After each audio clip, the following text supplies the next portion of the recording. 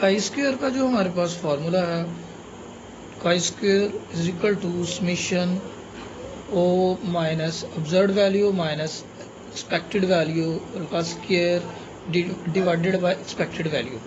तो ये जो है, ये पूरे का पूरा टेबल जो गिवन है, ये हमारे पास ऑब्जर्व्ड वैल्यू है। ये जितना भी टेबल है, ये सारी जो है ऑब्जर्व्ड वैल्यू है। अब इनको लेकर के हमने एक्सपेक्टेड वैल्यू को फाइंड करना है। तो एक्सपेक्टेड वैल्यू भी उसी तरह से हम टेबल बना लेते हैं।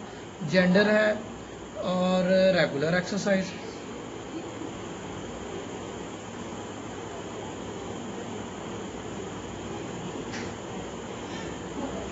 और दूसरा जो है इसके अगेंस्ट जो है वो नॉन रेगुलर एक्सरसाइज।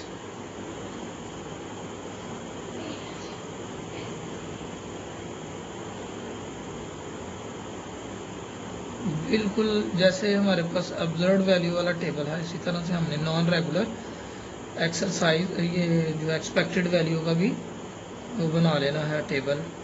तो इसके लिए हमारे पास जो फार्मूला है एक्सपेक्टेड वैल्यू, इसके अगेंस्ट जो है वो एक्सपेक्टेड वैल्यू किस तरह से हम फाइंड करेंगे कि इसका हमने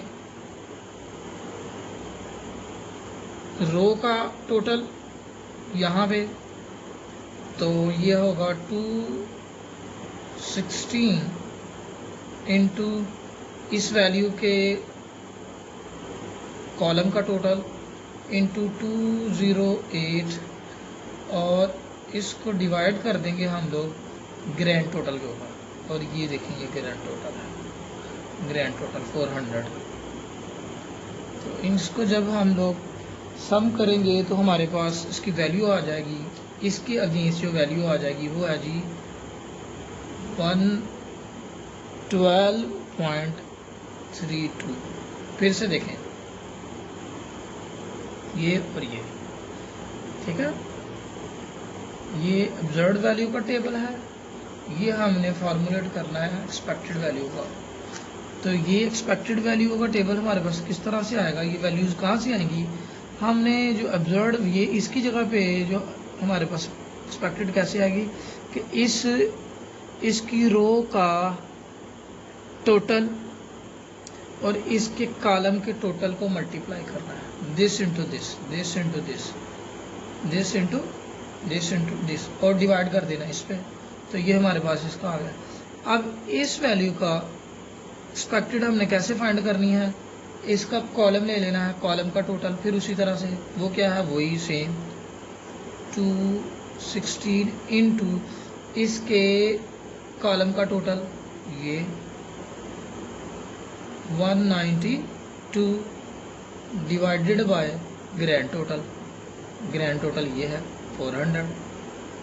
तो जब भी हम इसको सम करेंगे, सॉल्व करेंगे, तो ये हमारे पास आ जाएगा 103.68, 103.68।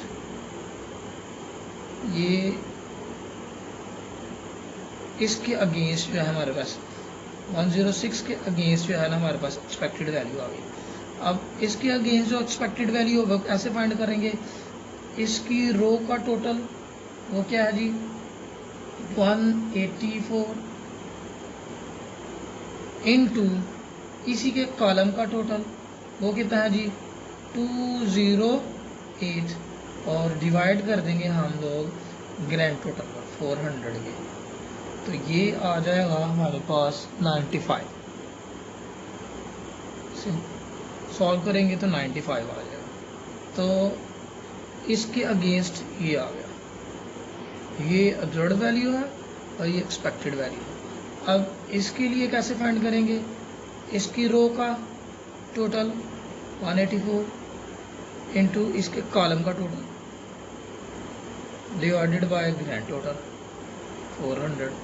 सबको डिवाइड ग्रैंड टोटल से ही करेंगे तो ये हमारे पास आ जाएगा 88.32। इसके अगेंस्ट ये हमारे पास एक्सपेक्टेड वैल्यू आ गई। तो इस तरह से ये दो हमारे पास ऑब्जर्व्ड वैल्यू भी आ गई है और एक्सपेक्टेड वैल्यू भी आ गई है। अब हमने इनको फार्मूले में रखना है, ऑब्जर्व्ड वैल्यू को इधर और एक्सपेक्टेड वैल्यू को इधर और डिवाइड कर, उनका स्केयर करके डिवाइड कर देना एक्सपेक्टेड वैल्यू के साथ। ये फार्मूले के लिए हम लोग जो है ये सारी वैल्यूज़ यहाँ पे इस टेबल में पुट करेंगे। सबसे पहले जो है ऑब्जर्व्ड वैल्यू कौन कौन सी है, तो ऑब्जर्व्ड वैल्यू 110, ऑब्जर्व्ड वैल्यू जो है 106,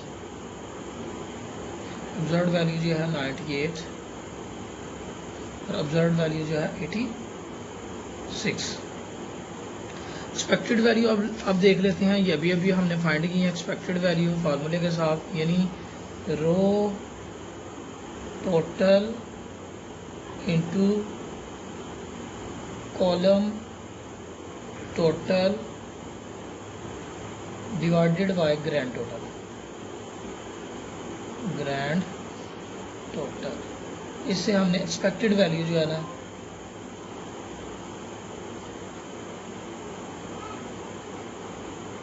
वैल्यू फाइंड की है।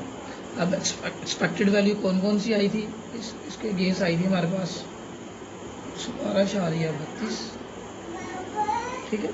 इसके अगेंस्ट 103.68 ये वाली, और ये जो है इसके अगेंस्ट जो थी, इसके अगेंस्ट हमारे पास है 98 अगेंस्ट 95 ये वाली, और इसके अगेंस्ट 86 के अगेंस्ट आ गई हमारे पास 88.32।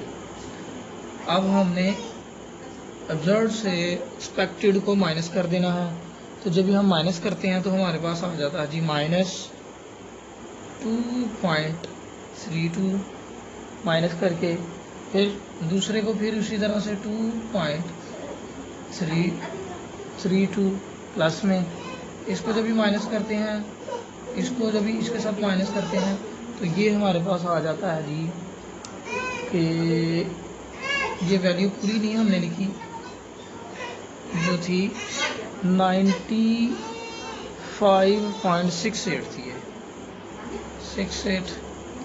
68 थी, ठीक है। इसके अगेंस्ट जो थी 98 के 95.68 है, तो ये जो है हमारे पास वैल्यू आती है यह 2.32, ये भी 2.32, और 86 के अगेंस्ट जो आती है वो हमारे पास है, इसको जब भी हम लोग माइनस करते हैं 86 माइनस 88.32 तो हमारे पास माइनस में वैल्यू आ जाती है 2.32, तो सारी 2.32 ही आ रही हैं। अब इनको हम लोग स्केयर कर लेंगे, ये जो वैल्यूज़ हैं फार्मूले के अकॉर्डिंगली इनको क्या कर लेंगे जी, स्केयर करेंगे तो ये पॉजिटिव में चले जाएंगे। 5.3824 5.3824 सारी ही 5.3824 ये एक जैसी वैल्यूज इसलिए मैंने ली हैं ताकि आपको इजी हो, अंडरस्टैंडिंग हो, इसे दोबारा से प्रैक्टिस करेंगे। 3824 और 5.3824 ये माइनस प्लस हो जाता है जब स्केयर करते हैं, जब इनका स्केयर किया तो माइनस की वैल्यू जो है वो प्लस हो जाती है। तो काई स्केयर में जो वैल्यू है, काई स्केयर की जो वैल्यू है, टेस्ट वैल्यू है, जो कैलकुलेटेड वैल्यू है, ये 0 लेस देन 0 कभी नहीं हो सकती, यानी नेगेटिव में नहीं कभी भी हो सकती, नेगेटिव में कभी नहीं जाएगी। अब हमने क्या किया है कि इन्हें डिवाइड कर देंगे हम एक्सपेक्टेड वैल्यू से, मतलब कि ये जो है 5.3824 को डिवाइड करेंगे। एक्सपेक्टेड वैल्यू क्या थी हमारी, अभी जो हमने लिया ये एक्सपेक्टेड वैल्यू, इससे हमने इसे डिवाइड कर देना, तो ये हमारे पास आ जाएगा 4.479।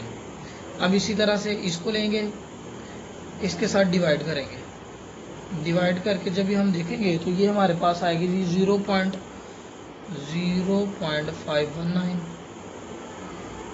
नेक्स्ट करेंगे, यानी इसको इसके साथ डिवाइड कर देंगे, एक्सपेक्टेड वैल्यू के साथ सभी को डिवाइड करेंगे फार्मूले को लेकर के, तो ये आएगा 0.562।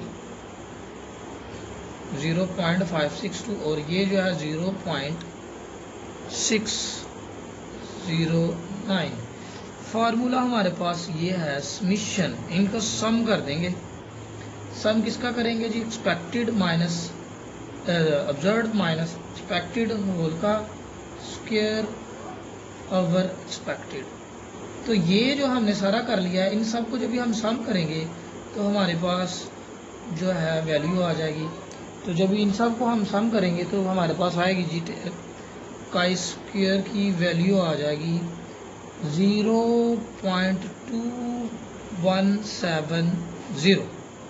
लो जी, ये है हमारे पास कैलकुलेटेड वैल्यू, या टेस्ट वैल्यू, या टेस्ट स्टेटिस्टिक्स इसे कहते हैं। तो ये हमारे पास, अब इसे हम कंपेयर करेंगे। अगला स्टेप है डिसीजन करना है, डिसीजन बनाना है। तो कैलकुलेटेड वैल्यू जो है वो है 0.217 और जो हमारे पास क्रिटिकल रीजन, वो हमारे पास क्रिटिकल रीजन की वैल्यू आई थी, अभी देख लेते हैं, टेबल से देखेंगे। टेबल से हमने उसको देखना है, टेबल वैल्यू को, टेबल वैल्यू।